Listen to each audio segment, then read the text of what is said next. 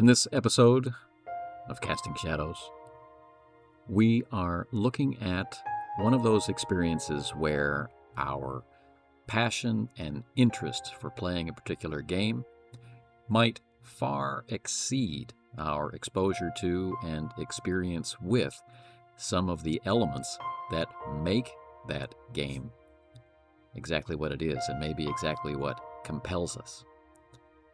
This time, that particular matchup is about rank and rank structures, social status, and the differences in them and how they inform the way we interact as our characters in play.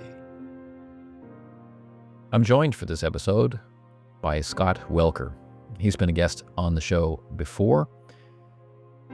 He's, these days, exploring a new career of game design and publishing through Thieves Guild Games. But today he's here with me based on his previous career. Scott has recently retired from 30 years in the Navy.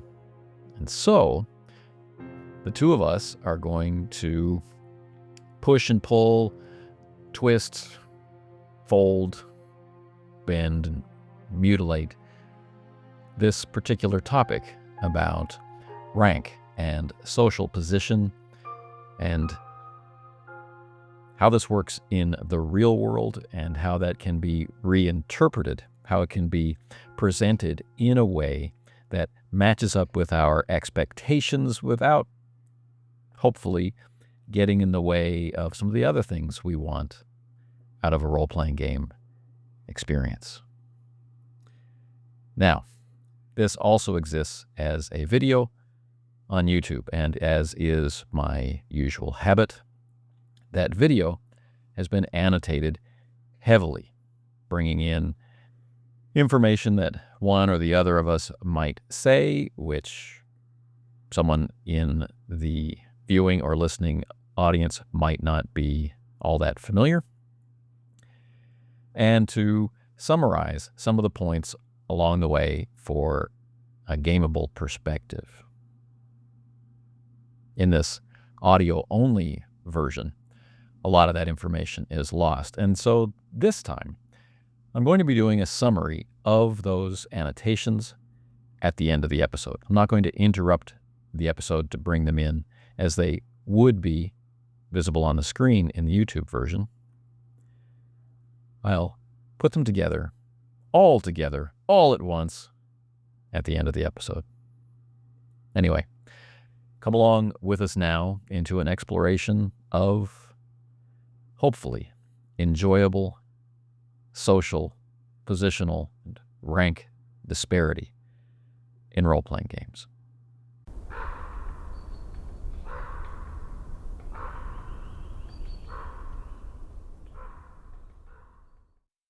All right. How you doing, Scott? I'm doing well, thank you. How are you doing? Very well. It's cold here, but there's no snow, and I like that just fine. Yeah, you guys got lucky. It's cold here, and we got snow, and we got ice. And if you're not from the South, if you don't understand how humidity works in the South, humidity doesn't ever go away. So 90% humidity when it's 5 degrees out means it goes right to your bones. The joy of aging. Yeah, it's terrible. All right. So I asked Scott to join me today to talk about something that I think is quite helpful in games, is how to deal with the issue of rank. There are a lot of games out there now, and have been all along, that include characters of rank, whether that's a military rank or some kind of organizational rank or status rank. So things like Twilight 2000 and the Morrow Project and your game. God, yeah, Raven, hell, Recon from Palladium era. Way back. Star Frontiers really has military stuff to it. Star if you Trek. want. Yeah, Star Trek. My gosh, what was the we'll talk about rank. Gangbusters. It's Gangbusters. another one that's gonna Right, have rank a to it. leveled game of Yeah, yeah, mm, yeah, yeah. The status is top secret, James Bond. Yeah, there's a lot. I think there's more than people realize. right, or at least something that can be brought in as an element Yeah, of play, and then once you have yeah. it, then the players around the table may find, especially I think if they have less experience dealing with that kind of social structure in their real lives, may find that it can be awkward. Yeah, yeah, yeah, that's fair. And for a lot of people, it's they're already having bosses and, task managers and project managers at work, and so gaming is I need to get away from that. And now you want me to role play a game where now I have more of that. Right. Or worse, why is it that Yeah. the youngest guy at the table has got the highest rank? Right. Yeah. Yes. Yeah. Yeah. It can be fun. But I think it can become a problem probably pretty quickly, unfortunately. Yeah. Yeah. So even games that it might not like be on the tin, like a Twilight 2000, you're part of a Yeah. military unit trying to do Yeah. something. Yeah. We were talking before we started recording about games like Leverage, where it's a more social organization where there's an obvious Mm. leader, or the A Team, Yeah. that kind of stuff. Yeah. So, the perspective I'm bringing to our conversation is a lifetime spent in hierarchical corporate management. And Scott, what are you bringing to the table? 30 years of the military from working my way up from E3 to E9.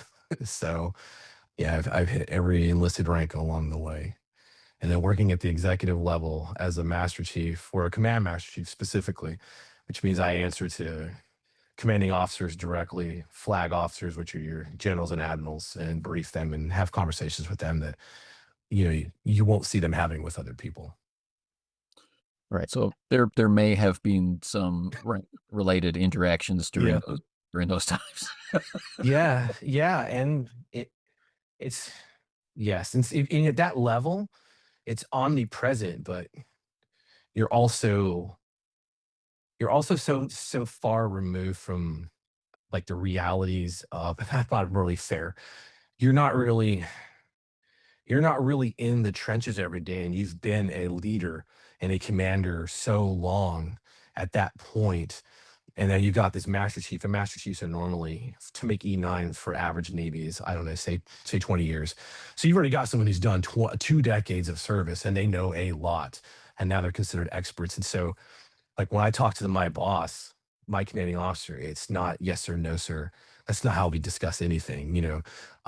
We don't use first names. Some people do though. At that level, it just depends on what their comfort level is. Like my last boss, he was very formal about everything, and the one before him, he didn't give a shit. He didn't care. He wanted to talk about hunting and all that jazz. So yeah, it really varies.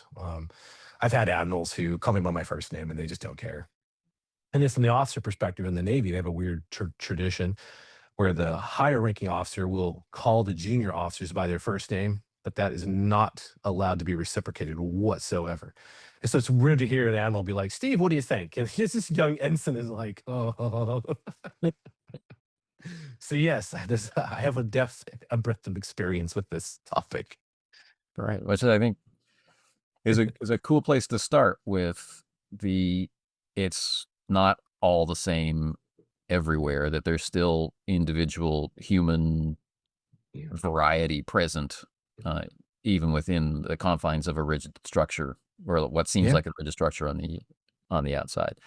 I certainly have had employers who are my senior in age and way above me in position Yeah. within C-suite, right? within the company, who just wanted to hang out Yeah. Yeah. with me. Like I was at the top level that I could go as a foreign professional in the company, Yeah. and they're at that rank too, in a different Yeah. silo. And hey, let's go be friendly, but always being mindful that this person is the employer of of your whole your whole site, and Yeah. not letting go of that. But in the game, it's supposed to be fun. How can rank possibly be fun in a game? Don't know. Like, I told you earlier is like, I think if you have I could run Task Force Raven or any other military game with a group of military people, and I've played with all military before, and it works fairly well. Just because we get it, and we're just like, okay, cool. We know how to behave, but we are going to take pot shots at each other. And so I think the verisimilitude is a little bit better, and I think with the civilian side, um, I think that's where the trouble starts. Nobody wants to be told what to do, and everybody wants to be the boss. And Hollywood has really misconstrued how we really behave in the military, to a high degree, and to how the structures work. And then no, you just can't get it right unless you have those experiences. And even if you have the advisors on set, they're going to get things wrong. Like I told you, I watched a SEAL team with my wife, and it's like, you know, the wall behind me has a bunch of coins with, tridents and spearheads from special operations. And it's like, I've worked with those cats, and even I'm sitting at home and I'm just like, that's not how it would work at all.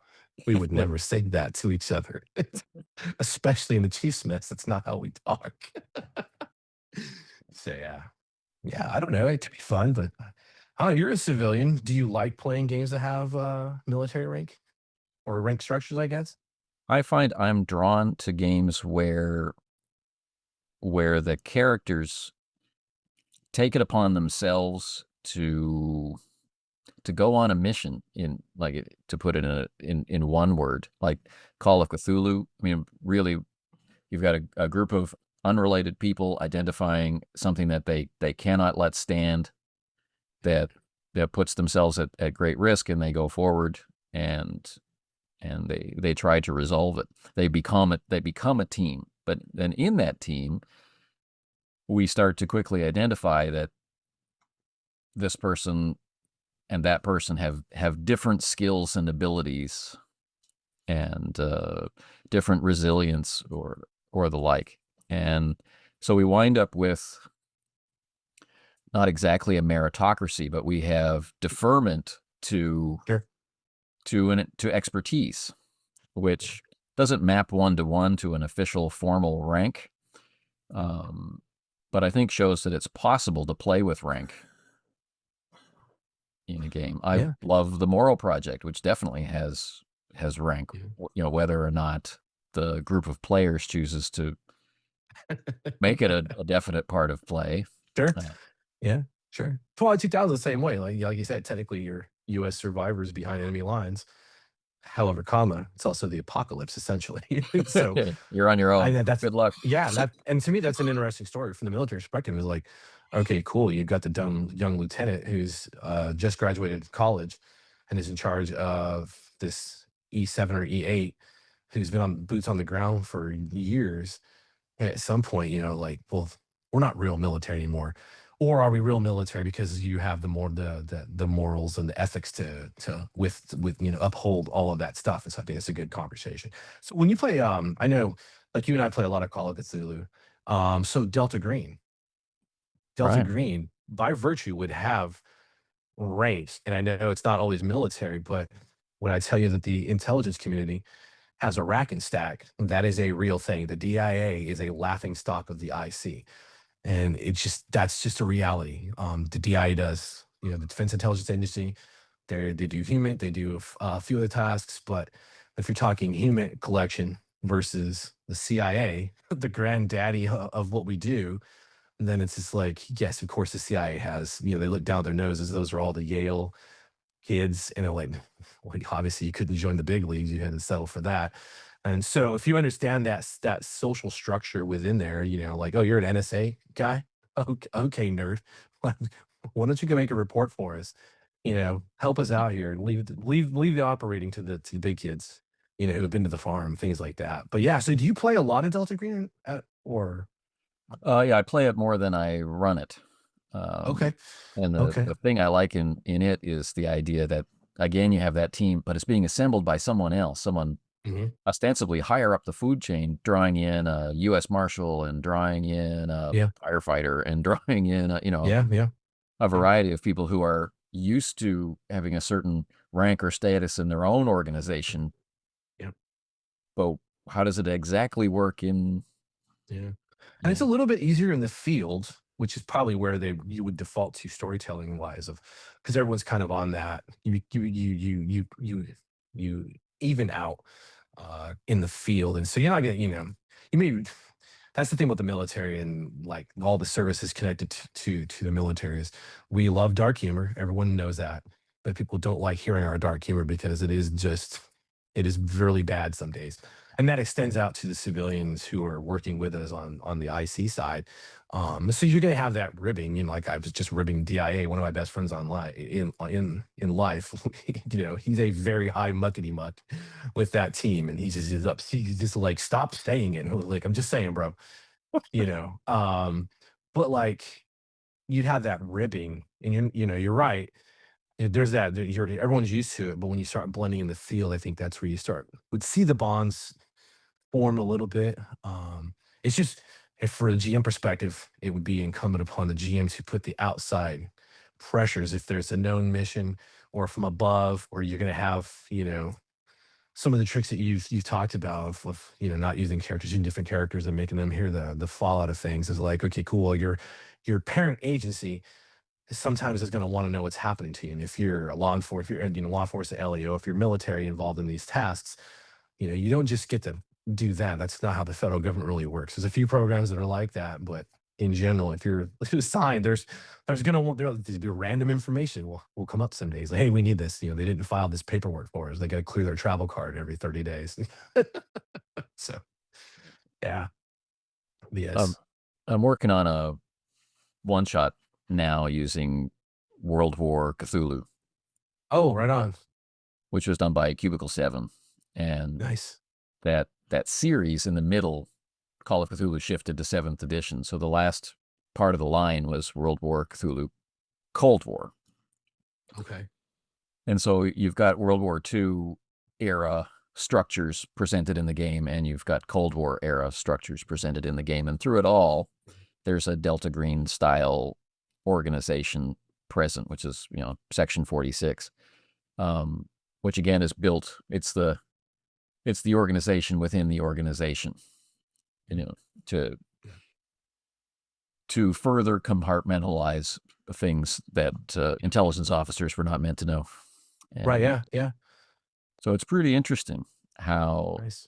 the game lays out a social pressure on the investigators. It's like you're going on an operation to wherever, right? Yeah. This Iron Curtain style situation, and this is what you're being tasked to do by the organization you actually work for. SIS or MI6 or whichever it turns out to be, in what Yeah. era you're playing in. But then there will be your other mission, and Yeah. you have to figure out Nice. how to do your mission and do Yep. your mission without, you know, Yeah, no, that's awesome. And that's, the thing too about some of this stuff is that depending on the decade that you're in, like military wise or in government in general, is that really informs a lot of the bureaucracy and the attitude and that social structure. GWAT was probably I crazy as it is, I'm glad I served during the GWAT because it was, cowboy time and we got shit done. Sorry, you got to bleep that out. But now, like once the GWAT, it was not over, but about 2010, 2012, we started seeing all the warrior poets exodus, and that was leaving the people who were just purely bureaucratic, or or it might have been long-term warriors to stay longer, but for the most part, people were tired and they left. And then you have these bureaucrats moving up the race, and then eventually that's all you have because the new fresh fish aren't going to war anymore. And I've always tried to explain like the Navy that we're at after that, the Navy was warfighter, and then we took a post World War One, pre World War II is kind of where we're sitting bureaucratically right now. And that is so because you went into Cold War, I was like, man, I served originally in 1990 to 93, and that was such a vastly different time than serving during the global war on terror. Yeah, it's night and day. In the 80s, the same way, because there wasn't much really going on for your average person. It was just, what, Grenada? Okay. Panama? Oh no. Right. So you have Yeah. that post-war fear, big Yeah. budgets, respect, you know, You know? Yeah. even if Yeah. it's only internal, but there's a lot of, Yeah. A lot of P's kudos and Q's, for, yeah. well, yeah. Yeah. And Yeah. then it's a tax burden. Yes. Yeah. Yeah. Something Blood, skin, and happens and everyone's like, "Nah, let's just do this." bone. Yeah. Yeah. And then in between the services are is really like the Navy. For E7, E8, and E9, we're very close. It's the chief's mess. And so when you're selected for a chief, which is E7, you join the mess, you go through initiation, and then it's first name basis, E7, E8, and E9s. We all call each other first names. We don't do it out of the mess normally. You'll still people slip. It just is what it is. But you try not to do it in front of the young sailors, or the wardroom, the officer side. But it's that we are all considered equal. And yes, that we have rank structure, as a master chief. Eventually, if I say something will go, it will go if it has to come to that point. But the whole point is you have this worldwide mess that we get things accomplished and we get things done. Um, they use the Navy Chiefs mess in the war in global war on terror more than more than they did at other services because of that ability. I pick up a phone and I make a phone call somewhere in the world and we have things moving and getting done. The Air Force made a comic about it, during the GWAT. And it was, this is a black mamba. If it bites you, you got, 30 seconds to live. This is some kind of deadly spider. If it bites you, you got 30 seconds to live. This is the Navy chief. If they get their hands on you, make peace with your God. And it's just a reputation we have. But like the other services do not do that. It is almost verboten. And a buddy of mine, he was a senior chief in the Navy, got out, joined the Army, was a 7 in the Army, and he met his sergeant major, 89 for the first time. And where he would call me Scott upon meeting, he did that to the sergeant major. The sergeant major lost his goddamn mind. And because of the Army takes rank structure incredibly serious all the way up. And so yeah, so even when you're playing these things, it's like if you don't understand that, it's like, oh, okay, yeah. Yeah, everyone's vastly different. I mean, Air Force calls each other by first name regardless of pay grade. It's the weirdest thing. Ah, I think is an excellent insight into the variety that we can bring into it. I mean, obviously playing the game, we can have yeah, yeah, rank be as important as the iron rations on our original yeah, D&D character exactly. sheet. Yeah. It's just a detail, or we can have it Mhm. actually be a factor of play, Yeah, like you would. We were talking yeah, again before recording about vampire, right? You yeah, have a yeah, variety of different status mechanisms within vampire, whether that's the age of the character or the perceived age of the character, the generation of the character, the actual resource, the ability to draw on resources of. yeah, Okay, there's lots of ways to gain a presence of forcefulness and a position of real or perceived authority, and yeah. in in that game. Um, And I think Vampire, it's probably one of the games where it's real. So I don't play a lot of Vampire, and we talked about that. Like I love the idea of it now, but from just reading it and understanding it, I'm like, oh, okay, so we just walk in and tell the prince, piss up or rope. Be like, well, that's not gonna end well. I don't kinfolk doesn't necessarily mean kinfolk forever. I don't think in that game. it's interesting, right? Like, and we can see this if you're talking about gangbusters earlier, right? Yeah, yeah, We in a mafioso kind of game in the mob, or the syndicate, or however you yeah, want to look at criminal activity. There's a yeah, reason why they brought you into that organization. There's something that they expect from you, yeah, and you have a certain obligation to deliver. And if you're not meeting those obligations, whether it's a corporate world, or I think a military world, or a yeah, criminal organization, or some other type of organization, even an NGO, right, trying to build a dam somewhere. yeah. If you're not pulling your weight, there comes this time. But what does it mean to pull your weight in that? You know, does there have to be a certain kind of obsequious, like It's right. Yeah. Are respect we paid doing a up its. performance? Are we doing performance evaluations per character? You know, one of the things that I found I've really liked in the beginning of a campaign is the presence of a feel of human resources. Okay, yeah, As weird yeah. as it sounds, but No, no, no. Yeah.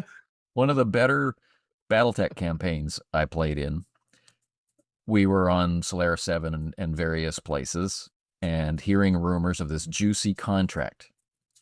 And so normally in a campaign, you get the juicy contract and you start to play. But we had to go and apply for the job. So we had to make multiple characters before the campaign started. So you got your favorite character that you want to get the job. So you're trying really hard to get the job. It's really, really interesting. And it raised the stakes. And that's rank staring you right in the face, right? That Yeah. person who's going to be an important NPC is your boss, and you really wanted their favor, or this cool character that you want to play is going to be relegated to the dustbin, and you have to play this other character that you also made just in case. And see, that is devilish. Yeah. That is devilish.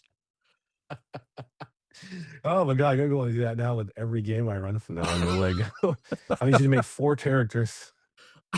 The hiring manager is gonna decide who you need. How do you feel you fit into this job? What makes That's right. what makes the dungeon speak to you? When I say murder hobo, what is the first thing that comes to your mind? Yes. Oh my god.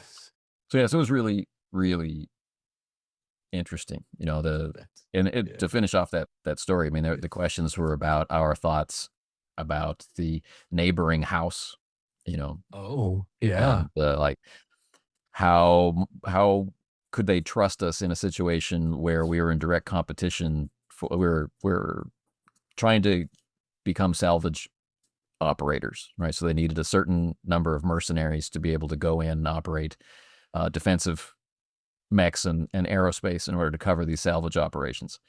And if the enemy was rolling up, are we likely to go charge off for guts and glory, or are we going to cut bait and run, or Yeah, it was that's really awesome. interesting. I like I'm that sure as a everyone listening is like, "No, I would not play that." I would not play that game. What do you mean I have to earn my? But it's like the player wasn't being interviewed; the character was being interviewed. Right? Yeah. Honestly, that sounds amazing. Yeah, I liked it. God. And then in vampire, mage, werewolf in particular, um, and then in a totally different way in wraith.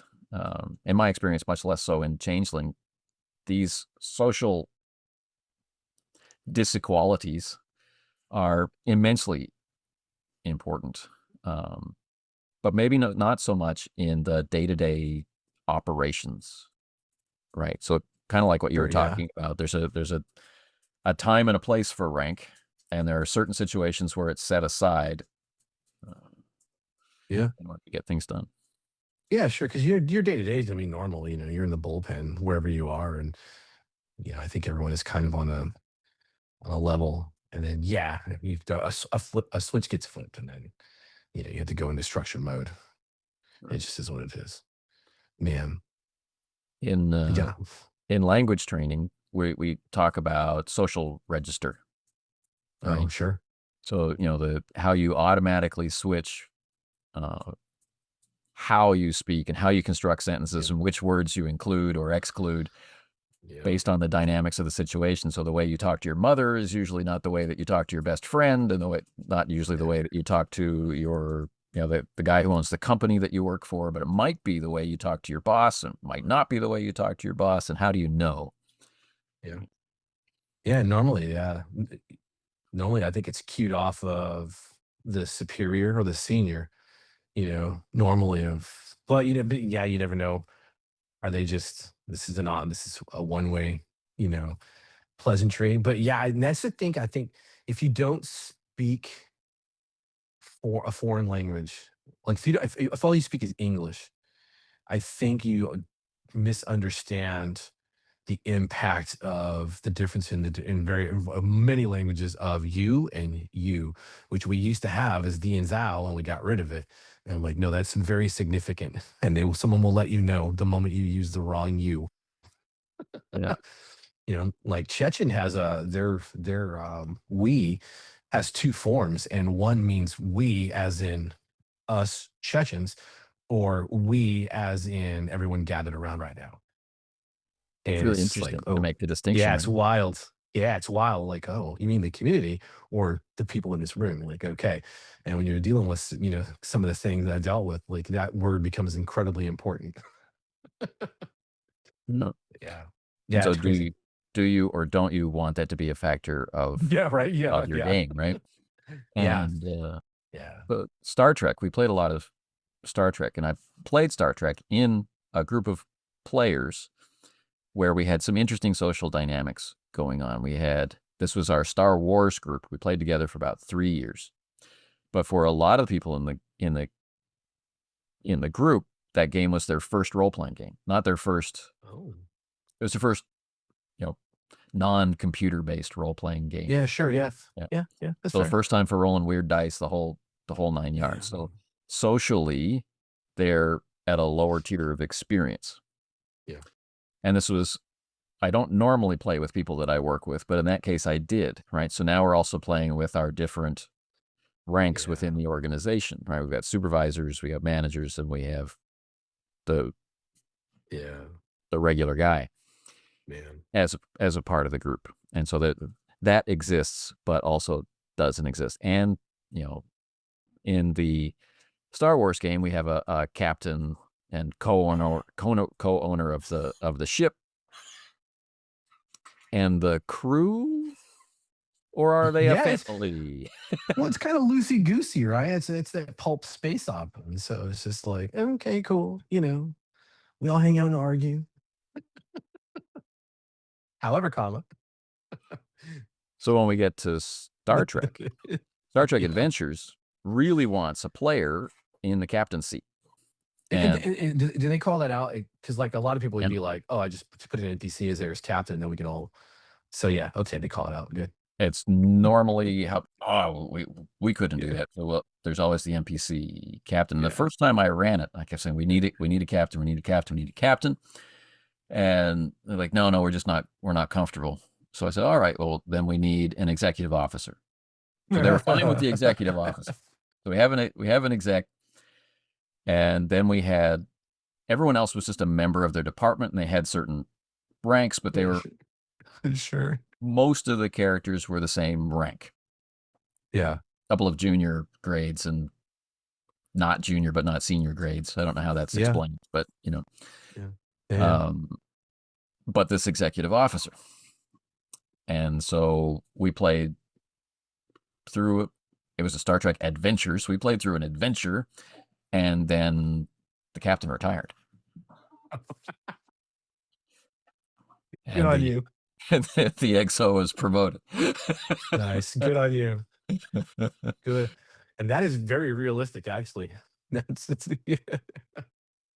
So, and then everyone was fine with it at that point, because my feeling about Star Trek was that, um, except in the heat of battle, or some time pressure where a bunch of orders had to be issued, the structure for the show, which was informing our play, Mhm. was the captain is like a central clearinghouse of data, of information, right? So he gets a report from the helm, he gets a report from sensors, he gets a report from science or Mhm. medicine or engineering or whatever, and he makes an informed decision based on everybody's input, which has everybody involved in the decision, and one person saying, okay, well, this is the course of action. And then there was always the opportunity to protest Mhm. in Star Trek. But Captain, important detail from engineering, and that Yeah. either would or would not sway.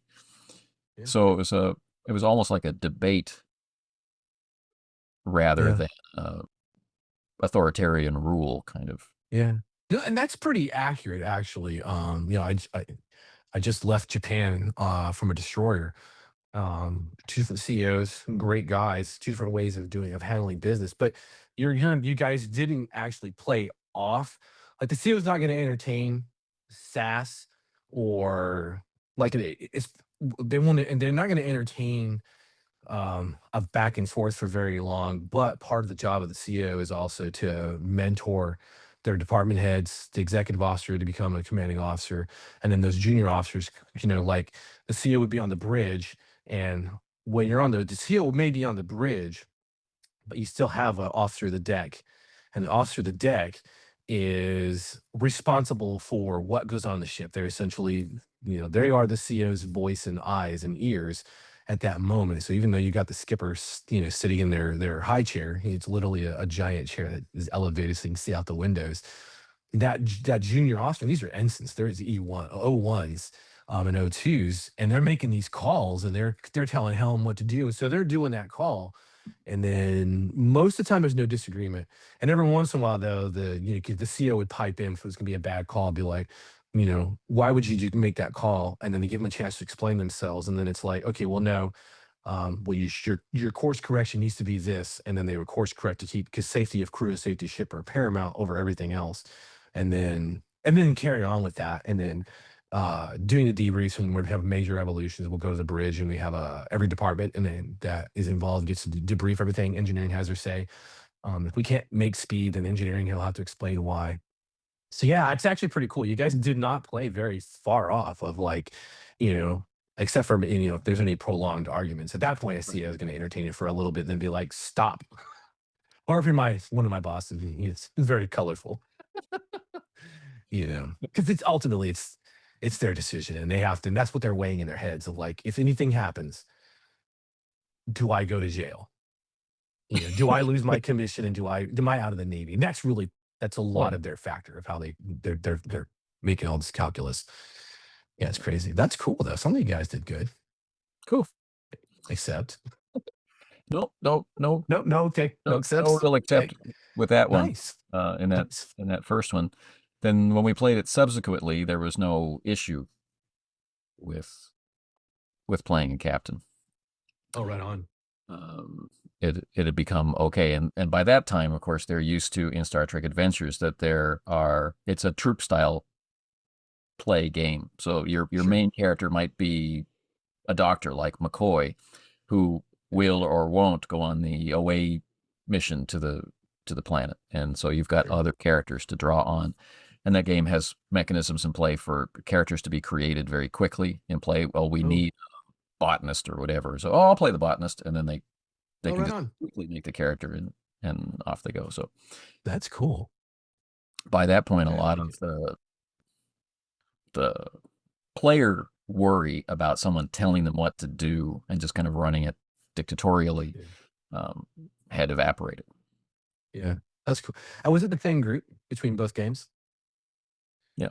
Okay, so they got comfortable with that executive officer idea, which is, well, the reason I laughed when you said they're fine with the XO, because it's like, well, the XO is also normally a senior officer. They are going to be a commanding officer. They're going to apply for it and get commanding, unless they really suck. But yeah, so they're still the authoritarian, because the XO's job is to have the department heads tell him what is happening, in a pre-brief, and then brief the CO. So it's neat to see that we're like, oh, they fell right into the roles of junior officers and department heads. The I kind of drew on the structure from my own corporate life, where I run the department, and Sure. all of the people working for me are independent. I won't be in a classroom with them, and I won't be off site Yeah. with them as Yeah. they're doing something. Yeah. So, and I'm not going to be working 24 hours a day either. So there are supervisors between me Yeah. and them. Yeah. And it's interesting what someone will tell me versus what someone will tell a supervisor, Oh, what yeah. someone will Yes. tell a coworker, Yes. Yes. and all that dynamic. And, but Yeah. ultimately, you're there serving the mission. You expect Yes. that the client will be served by what it is that Yeah. you do. Yeah, because everyone has a boss, and the mission is important, and yeah, it's pretty wild. That's pretty interesting, actually. It's neat to hear, like, especially non-military, non-Navy people. You guys adapted pretty well, it sounds like. That's cool. I need to really run. Like, I know some people are like, you should run a pirate game because, life sailing. Like, Yeah, but to me, it's just, I don't know how to convey what it's like to be. I can't tell you what it's like to be up on sea in a hurricane. I can't convey that utter terror and just the nonsense you go through. But I really need to run Star Trek or something and just make some good Navy in there. Yeah. And there's lots of I Star think, Trek choices. I liked Star Trek Adventures myself. yeah, It was not an nice. easy. We won't go down this road, but that the way that particular expression of 2D20 was put on the page made it a special kind of challenge for those who read it to survive the experience. But It's crazy. the game was worth it ultimately. But Nice. That's cool. Yeah, man. It sounds like you guys had a really good time. So I think that's the important piece, that everyone still were able to role play their characters, which is good. yeah. I Yeah. liked the areas of responsibility, uh, Yes. Yeah. and whether it's Yeah. clearly called out via a military or organizational structure, Yeah. or whether it's something that you fall into in a looser structure, like everyone defaulting to the PI is the only one who remembered to bring a 45 to the haunted house. Yeah. Uh, when things get scary, it's like, and or everyone looking at the professor saying, "Do you know what's happening?" He's like, "My specialty was Yeah. French. I know nothing that's going on." You know? Yeah, exactly. Yeah, no, that's good. And it is. I think that's important for games. And it's the cooperation is real vital, I think, to continuing the joy of the tabletop. Yeah, man. Mhm. So let's talk some practical stuff. Okay. So you wrote All right. Task Force Raven, which is Yes. doesn't exist without the military structure, I Yeah. would say. So Yeah. Yeah, you had to 100%. wrestle with this from the writer's point of view. So what did you do? Oh man. The first thing I did was I knew that people were gonna know it's military, and I made sure that we addressed up front. Your tier one operators, you're put into this weird elite unit that is also, it's all tier one polls. For people listening, tier one, that's literally the best of the best for American services. It's your, that includes Delta, PJ, 75th Ranger, all those cats. They're at a higher echelon of function and responsibility, and but they also are. That's where you see the camaraderie and what we call the grab assing, and the rank structure isn't really normally there. You're gonna call each other by first name, especially when you're out in the field on a deployment and it's a first name basis, and everyone's a dude, bro, dude, bro, dude, bro. And it's just how it is. And so I made sure to get that in the manuscript. But like, look, rank is irrelevant in Raven unless the GM determines it would be important during a brief cycle or whatever. And that's really how I did it. And it's just like cool, because I didn't even put military ranks in the book at all. There are no military ranks in the book. You don't even see them. Um, and yeah, I think that's the only time I really called it out, and I just left all ranks out. And when we make it up at the table, I tell people, like, if you know anything about the military from Hollywood or whatever, just pick a service and you tell me what rank you think you want to be, and then we'll talk about it. And I'll help you understand what those ranks are and what that really means. I said, but outside of it, it doesn't matter. It's your pay. It's your paycheck. That's it. So would you say that as a media reference for how the operators communicate with each other in the field, you could use a film like Predator? Yeah, it's a little sensationalized, but it's not bad. Black Hawk Down, if you're watching the Delta operators versus the Rangers who are in the chalk, because those are not 75th Ranger kids, those are just normal battalion guys. It's about how the Delta guys talk to each other. Tears of the Sun is really that movie really did not do well with outside of the veterans, but that's really a good one. Um, Let me see what else. Trying to think of some other good examples. Six handled it better than season one of six handled it better than SEAL Team did. Um, yeah, I'm trying to think of all the movies that I'm really carry on this special operations. I don't know if I think it's something, but yeah, there's a few that are out there that yeah, I think if you really want to understand how it really plays out, um, yeah, Black Hawk Down. And if you just watch those moments between the, like I said, the deltas and guys in the Protec hats, and then the normal kids who are, getting massacred left and right. Sure. There's a vast difference. Even how they tell you, when the Delta operator, the famous line is, if safety's supposed to be engaged, Sergeant, and you're like, this is my safety, sir. It's just no normal, no normal kid in a general ranks, even on Ranger Bat, is gonna have the balls to do that. Whereas the Delta guy is like, bro, you're a captain, you're an O3, whatever, you know. Like I'm Delta. Give me a lip. I'll just make the I'll well, we can make your life a miserable living hell, appropriately if you overstep the social boundaries between vanilla and tier one operators. So even with an expressed, Mhm. visible rank, there still is the need for something beyond just the bureaucracy of the rank Yeah. Yeah. in Yeah. certain And it situations.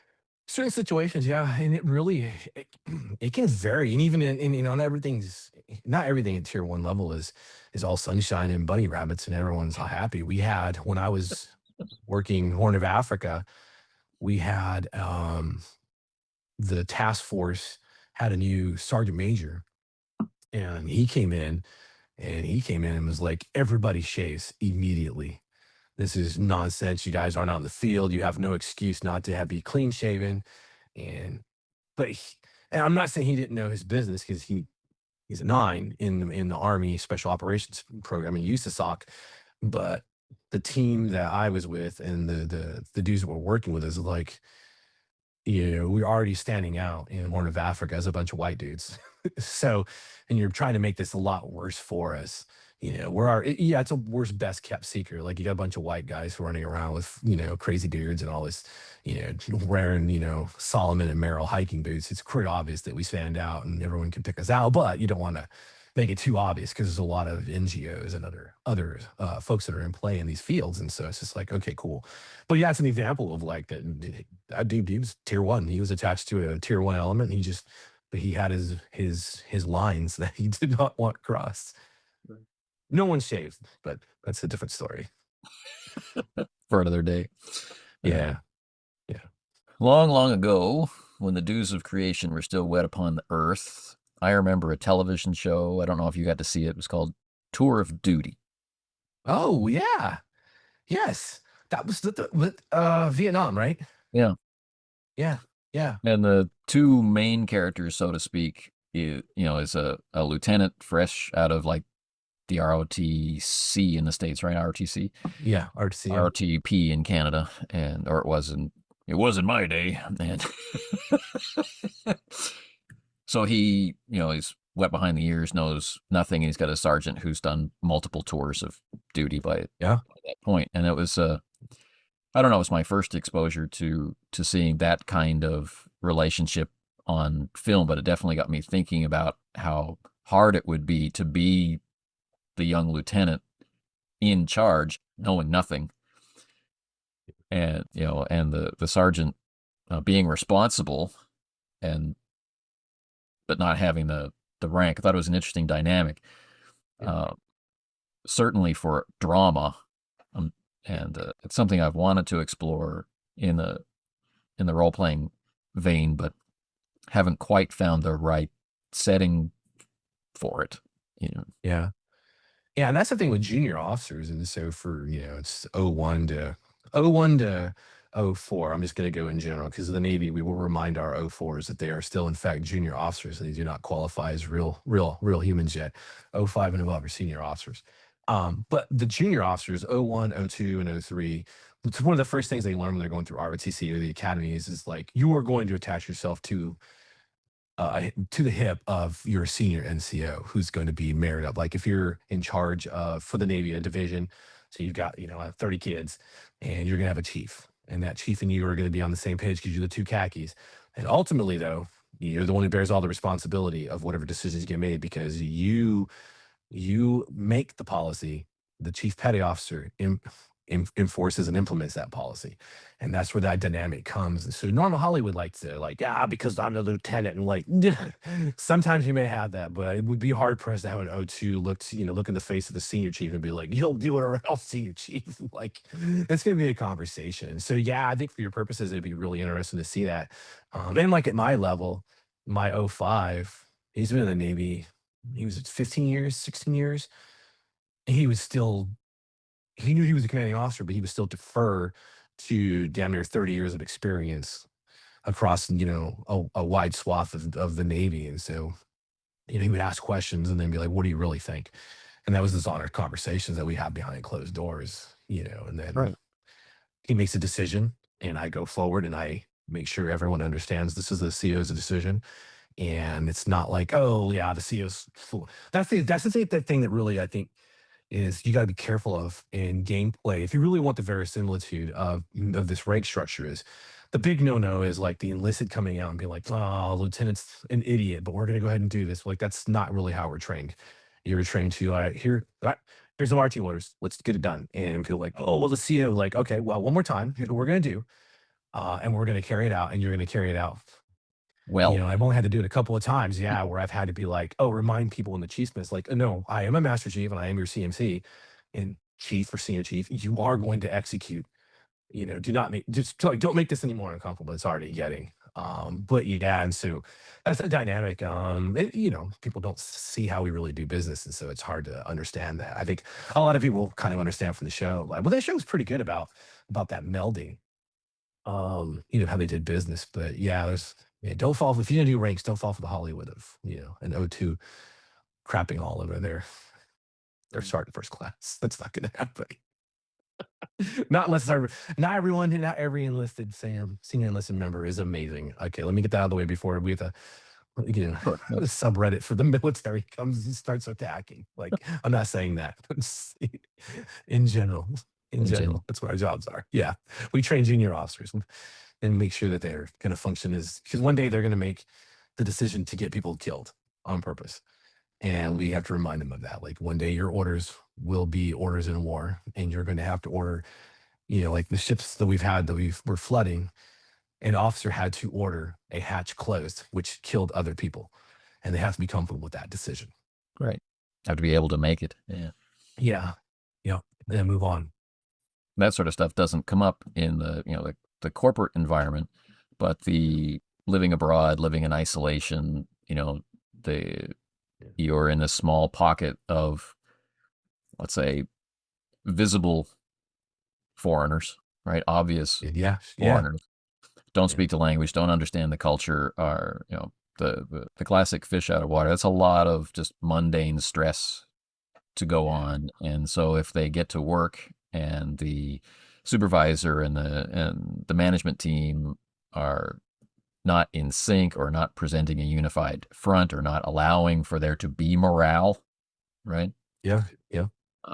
Like this is I've got some faith in our mission or something like Yeah. that. It's like, well, I don't know why the boss is doing this thing, and but go do your thing anyway, and or you're fired or whatever. That Yeah. just That's it. wrecks lives. And that's a curious point. You guys get to fire people. Like we don't. It's very difficult for us to fire someone. You really gotta try to get removed from the military service. It's harder than you might think. I Oh wow. mean, Okay.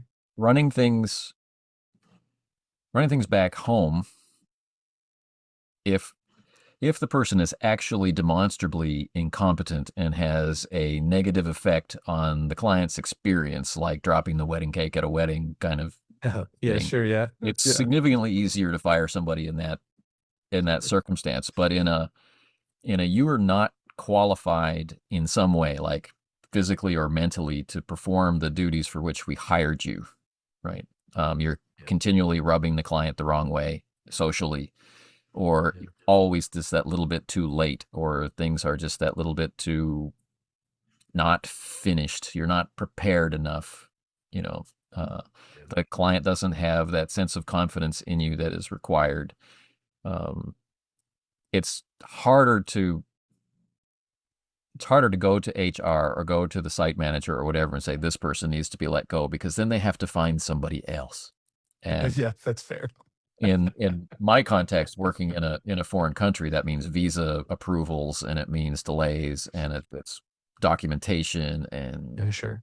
all kinds of stuff. So it can be a, can't you really just put up with that person? And it's like, you have no idea what you're Yeah. asking. Yeah. No, I feel you. And that for us is Manny is a big issue for us too. Like it sucks, but it's just like, yeah, this person's a jerk off. Yeah, but your division size is 30 and you have 15 people. So what are you gonna do? You What are get you the gonna work of do? 30 people. Yeah. Yeah. Yeah, man. So there's some interesting Yeah, parallels sure. there, and It's the wild. processes, the warnings, you know. I would like to I would like to see some kind of improvement in this area versus the, okay, now I'm writing out a letter saying I would really like to see an improvement in this area. Yeah. Yeah, man. So Ah, I think all gosh. that stuff can be a productive part of play, even if it's something like a heist game, like a leverage game, or Yeah, whatnot. sure. The Yeah, experience versus the inexperience, or yeah. And sometimes it's a good probably a good social encounter of, an outsider has gotten wind of or, you know, like, with Delta Green or, oh my god, the Cthulhu one. Um, you're serving 2 masters, and if one of them doesn't feel like you're really keeping them in mind, oh, the World well, that War can Cthulhu. become Yeah, yeah. yeah, well, that can become that uncomfortable social interaction with a higher authority. So that's And it doesn't gonna be all it has to be like your next person in the chain of command for even civilians, It's like, "Oh, yeah. That'd be an here's interesting Barbara from conversation. HR." Yeah. It's like Yeah. you were ordered to proceed through checkpoint Charlie Yeah. into Berlin, but you didn't. You chose a different checkpoint, putting the entire mission at risk. And then you were incommunicado for 3 hours, and there was a fire. Yeah. That could be fun, especially since they wrote it that way. That's really cool. That could be really, really, really a lot of fun. Yeah, I think. Man. Yeah. Oh, well, fun for the game master. I don't know. Some players maybe, some players no. Right. Well, I mean that comes down to the the basics, the fundamentals of organization, right? There's certain buy-in, Yeah. and Yes. Yeah. so I think the first time you play a game with rank, you're probably you're running the most risks if you've Yeah. never had the group in that kind of situation, and there's going to be an obvious rank structure, and we're saying at the beginning we would like this to be a factor of play in some way, Yeah. and then discovering whether or not they can handle it. I think that's the largest area of risk. But once you've done it and know how wacky it can get, well, I'm your captain, and you know whatever. It's just a game. I think too, it But might help if you do if you do like a, show don't tell moment when you're the first opening scene. If you give them like a superior officer or a superior authority figure and just like before they get called into their meeting where they're given their mission, you get to watch this person use rank structure to just destroy other people and be like, oh, this is that might help set the tone of like, oh, okay, let me flip my mindset of like this is real. Like that admiral's actually angry and he has just destroyed an entire room full of aides. you or know. is that what you want me to do? Oh, right. Yeah, then there's always that. I'm gonna yell at everybody. But yeah, I don't know. So I don't maybe something like that might help. Who knows? I'll have to try that. Yeah, because I'm getting ready to do an Eberron game and it takes place after a major war, but there's still things in place. And so one of the characters, he's an agent of a dragon marked house. So he doesn't just have the dragon mark, the magical, not tattoo, but the magical markings, but he actually chose to be an active agent of that house. And that means he has responsibilities. He has, we're fighting Savage Worlds, so he has some benefits to it. But I told him there's a hindrance that you will have to take, and it's called obligations. and the house watches you, and you're going to get warnings if you don't do it. And sometimes you'll be doing a mission, and the house will be like, "Hey, I know you guys are gonna find that schema in the old Cannith Forge, but yeah, that's not going to Morgrave. That's coming to us, and you're gonna do There it, you or go. else." Then you start suffering these consequences, to the point of excoriation from the house if it comes bad enough. But I'm kind of curious how it plays out, because that will have rank structure for at least one character, Yeah. and he will be at odds with everyone else. And that highlights an important detail that it's not rank carries authority, of Yeah, course, but it also carries obligation and sure does. expectation and that sort of stuff. So that that balance should be interesting. And Yeah, you so can delegate your authority, but you cannot delegate your responsibilities. yeah, That's not how it works. not at all. Which makes me think of the laundry files Oh, yeah. and the way that's been presented. I think both in the books and in the game is that as agents out in the field, there's a certain expectation that there will be a certain amount of chaos. Yeah. Um, and there are different pay grades. There's different amounts of training, and that game has an expectation of humor, also like bureaucratic humor and just you know, I'm a civil servant dealing with these forces beyond human understanding with my ID card and my hand of glory. So Uh, it has a like an after action report structure yep, yep. where uh, like in the books definitely where the person being interviewed by the brass, they cannot lie. They're under a geisha, right? A Yeah, yeah. magical compulsion to tell Yeah. the truth. The ultimate polygraph. So I think it's really interesting to all the That's different crazy. ways we can use this tool of rank. Yeah. Yeah, I did that for Raven as well. I put rules of engagement in the game, and I explained the laws of armed conflict and the rules of engagement for players who don't really understand. Like, no, we don't just go out and murder people, because that's not how we do business. It's very, very much frowned upon, and there are consequences. I think that's where there could be a point where that rank structure could creep back into a game, even like a Raven, where it's just like, oh, well, I executed this, cartel member. Like, why would you execute a cartel member? Like, it was done. The threat is not existent at this point, and you start having this conversation. And then but I also, because I know players. So every game I write, I make sure that I can capture the narrative that I want, and I make sure that I can make you understand mechanically what I want. And so there are penalties to violating the laws of armed conflict and the rules of engagement, and that plays out. And then they owe an after action report on a they owe a debrief to the senior authority figures. And then I gave them downtime, like a spin cycle of that what we go through, and it's not like, oh, I'm going to go train. It's stuff like, you doing this, you doing this. Oh, one of the possibilities is like, oh, you get in an argument with your loved one the day before you're going to go on a pump again, which is what usually happens because everyone's on high tension. Sometimes it's easier to leave when everyone's mad. Yeah, And it's just dumb as it sounds, but I built a lot of that in the game, kind of like with that Laundry Files. I'm glad to see I'm not alone in that. yeah, You know, yeah, yeah. The books especially bring out the social yeah, cost of these high pressure jobs, and yeah. so That's they've known real. it on the players. Yeah, Yeah, and I think that's probably some of the best role playing you're gonna get. Like, everyone knows how to shoot the guns and investigate the monsters and stuff. That becomes second nature because we're all nerds and gamers.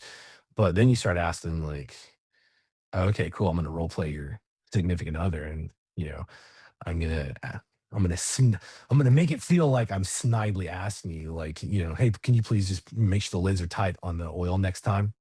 It goes everywhere. And those little comments or trigger moments where you're like, I don't give a fuck about this.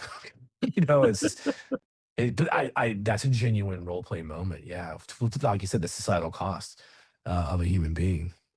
And yeah, I don't know. And I don't know how comfortable everyone is with that, because you don't ever know how someone grew up and kind right. of, I mean, that's with that familiar. Yeah, that's a tough one. But that's a yeah. conversation. Play with your friends and that kind of Yeah. stuff. But, Yeah. I can tell you, playing Delta Green, the bonds in Delta Green have been my most satisfying part of playing that game is that and um, situations like um, having a completely delusional understanding of your relationship with your Yeah. significant other, and Yeah. burning the bond in play, and then going home to patch things up with your bouquet of flowers and finding her there with her new fiance kind of thing, and it's Yeah, Dawn. Yeah, phone numbers change, yeah. You know, yeah. And also it's the coworkers too. A lot of people, even in the military, you have coworkers, and I know in the civilian world, it's you have those people who are like, I hope you fail so bad. I cannot stand you. I don't like your personality for no good reason. And it just happens. And you'll have people who are stabbing the back. You have people who deliberately try to sabotage things that are going on. I think I th- that would be fun role play moments too. yeah, You know, but real. again, you're real, yeah, yeah, yeah, yeah, Because like we don't want, if we're going to include it, we can include it as archetypal, as stereotypical, or at least our perception of yeah, what that is, yeah, and that's fine. That's fun, and maybe that's what yeah, we're going to see in something like a Star Trek game or something like a Rebel Alliance kind of game where everybody's a general, it seems, and and that sort of stuff. But at the same time, we can really use it to inform, to make that world feel like, if I'm going to bring my character in a, grounded in my understanding of this world, that the world is going to meet me halfway. yeah, If I'm playing this, very aggressive character, or this very passive, or this very psychotic, or this very traumatized character, what is it like to go into the grocery store? And, right, it doesn't have yeah, to be yeah, session after session of play, but it can be these moments that inform, you know, yeah, yeah, sure, yeah. Even those big set piece scenes where it's everyone's gathered and you have these conversations, like you tell me your character is has high anxiety, like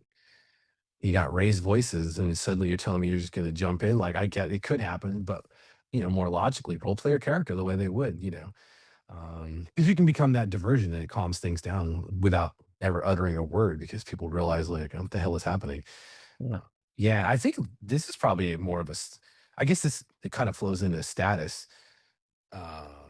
between those kind of conflicts and how it works out. Interpersonal conflicts between peer groups, it's that status thing because you always have you have the A student and you got your average students, and it's just how it is in every environment we go through as adults. And then, you had mentioned a paladin versus a thief, and it's just like, yeah, the Mhm. paladin is like, do you know how much training I've gone through? I've mastered multiple weapons, and the thief is hopefully would be like, oh man, yeah, yeah, yeah. While you were doing that, I was starving to death.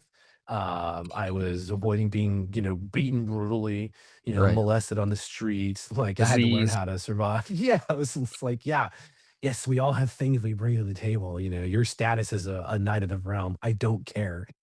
Yeah. You're no better than the rest of us. And yeah, yeah, I think those are the fun role play moments when you can get people who really engage at that. Like, okay, Asymmetrical warfare in a sense. It's like yes, yeah, my trauma, your trauma, my trauma. exactly, yeah. Oh man, oh gosh, Cool. yeah, Well, that feels like a natural end. We've come full circle. man, we did. We So didn't deviate too much. it is possible to play with rank. Yeah. It is a choice. Yes. Say, um, Yeah. there are games that benefit from it, and I guess games that wouldn't necessarily. Um, a nightly order of nightly. We got Pendragon. That's interesting, right? The Yeah. round table. The round Yeah. table. Yeah. Some tables are more round than others. That's right. We've got the best fighter in the realm, you know, Yeah. and Like, you got a corner, Percival? You got a corner? I didn't realize you got a corner. I thought it was around like that. yes, but How I'm we next all to the put on king. this. Right, yeah. Which counts. That's so I know we're trying to end this, but that's a status thing of like Totally. where your sitting order is. And we see that when our folks will sit down around a table with the senior person present, They usually will have some places, some people will have an ordered set where they want to see, like, I want this person, this person, this person, because of how I'm going to flow around the room to get data. But a lot of times it is a popularity contest. Yep. And it is crazy. And it's not what you think. Sometimes closer isn't what you want, because if you're the person who's going to want to talk the boss's head off, you're going to want to be across the table so the boss makes eye contact with you. It's ludicrous. Yes, sorry. But yes, there's another, But no, other thing that you it's in true. mind. Yeah. Vampire games, that's it's a huge thing. Where are people sitting in the room, and how are you Yes. moving people in the room? Yeah. If What is your you're coterie really like? if you're playing the prince and you're doing Elysium, what are you doing with the room is a huge deal. Yeah, that's awesome. There you go. All right. Well, thanks for coming. Yeah, man. Yeah. Thanks for Glad I beaming could- yourself across. proud to serve. And I'll look forward to talking to you soon. Yeah, man. Yeah, man. All right. And for everyone watching, take care.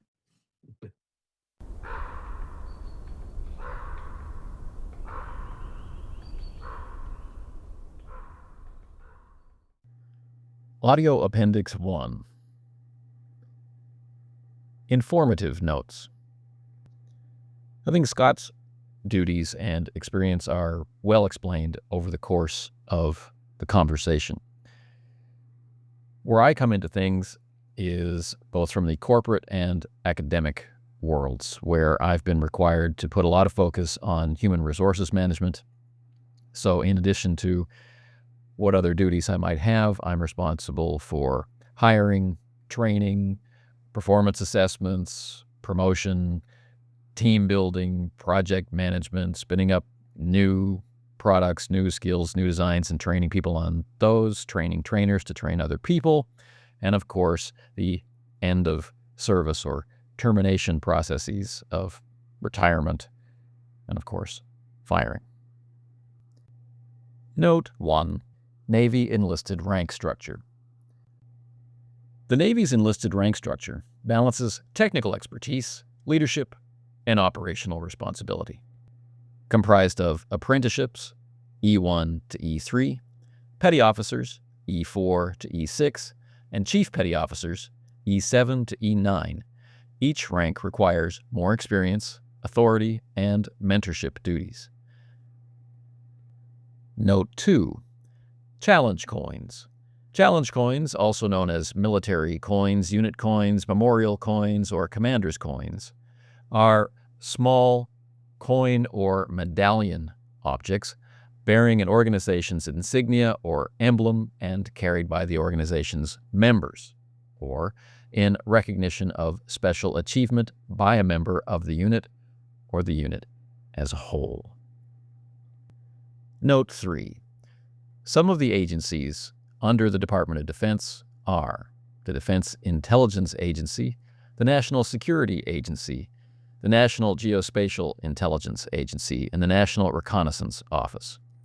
Of course, under the current administration, the Department of Defense has been renamed the Department of War. Side note, since the last time I researched organizations like these, and the current recording date of January 28th, 2026, many of the official websites for these organizations have been altered and their information removed or changed. Other sources were used for the citations in this program. Note 4. The abbreviation GWAT stands for the Global War on Terror. The War on Terror, or the Global War on Terrorism.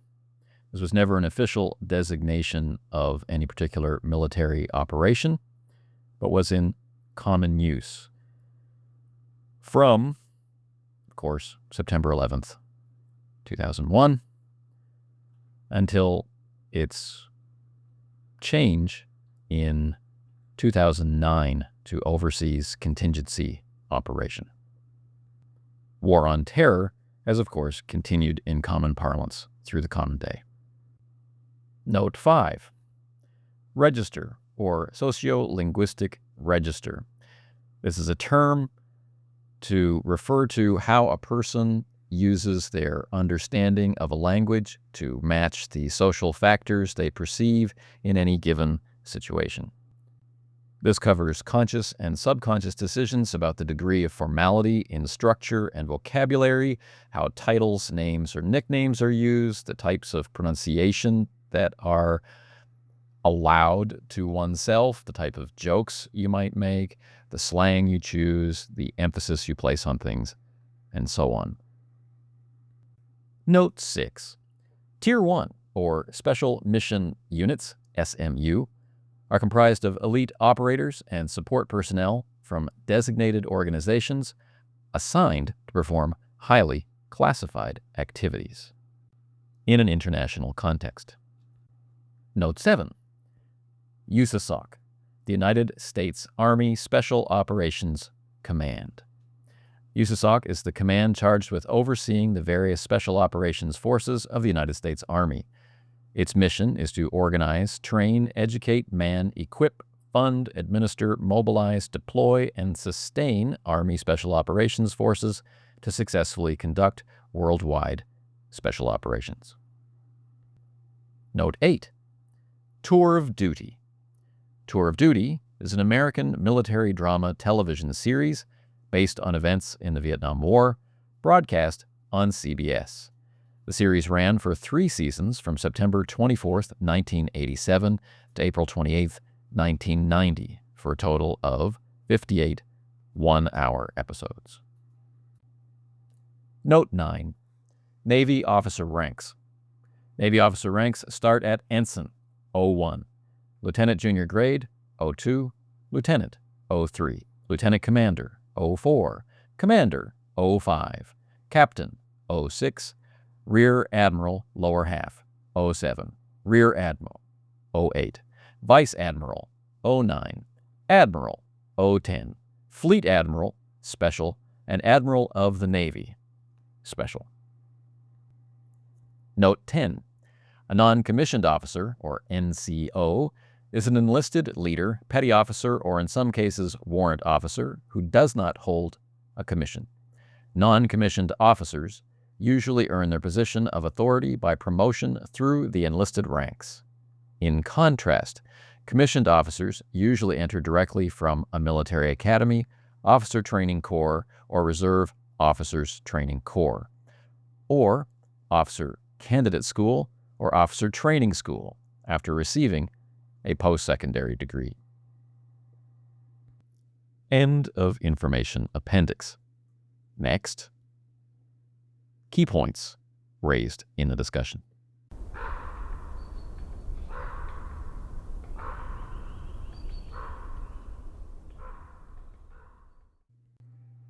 Summary of key point annotations. 1. Some variety exists even inside formal rank structures. 2. Gamers may bristle over receiving orders from other characters of higher rank even more than they would as people in real life. 3.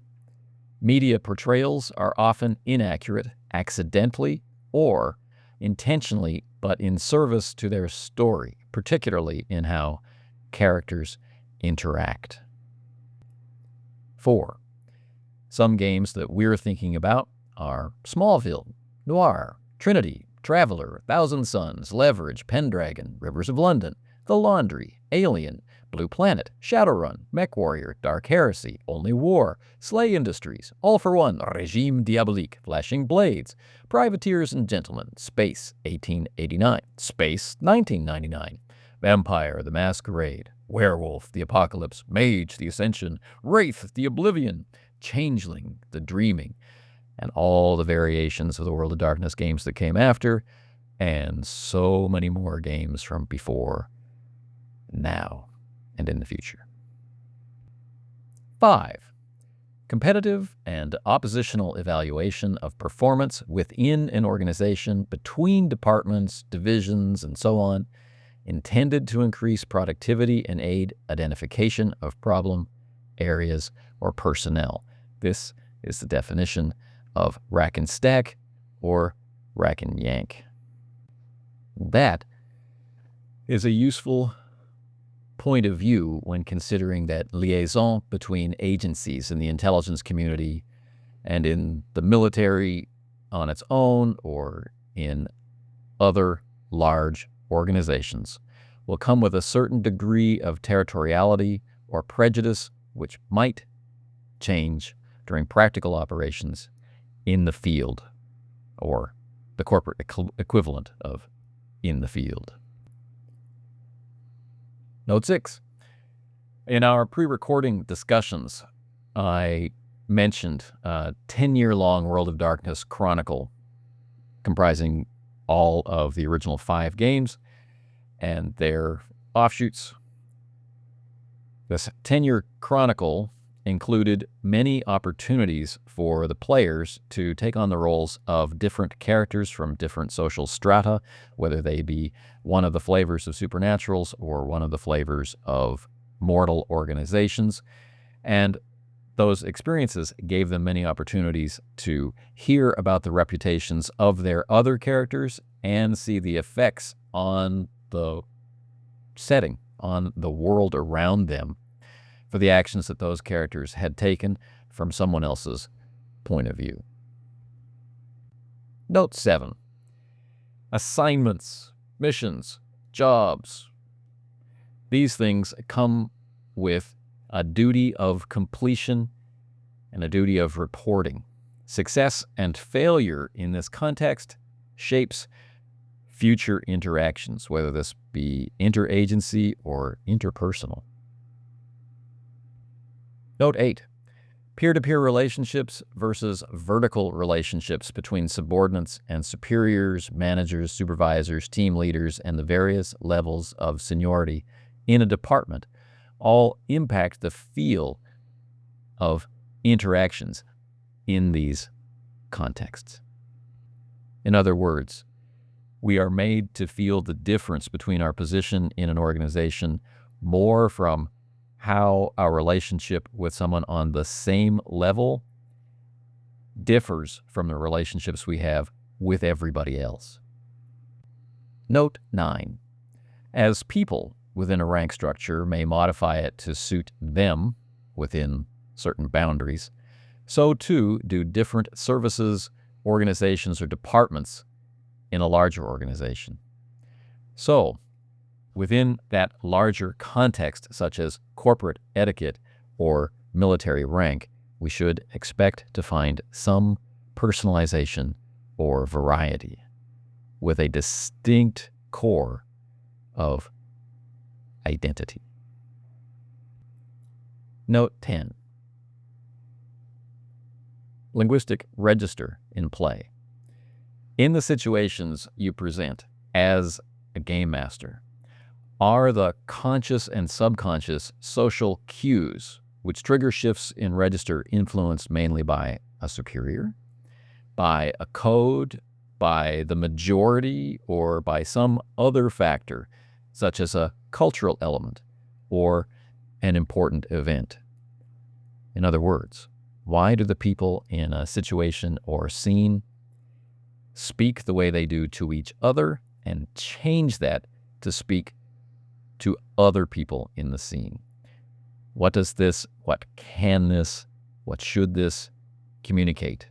And when we do it in practice, does it? Note 11. Decision-making and the issuance of orders does not have to come from a single player, nor does it tend to be in real life in effective organizations. The chain of command can be a real element of play, but the leadership aspect of it can be as real or as illusory as the group prefers. In other words, decisions can come from discussion and then transform into orders. Note 12. In any organization with a specific task to perform, especially where training has been required to perform that task, morale is a key component of completion and an essential one to ongoing stability and success.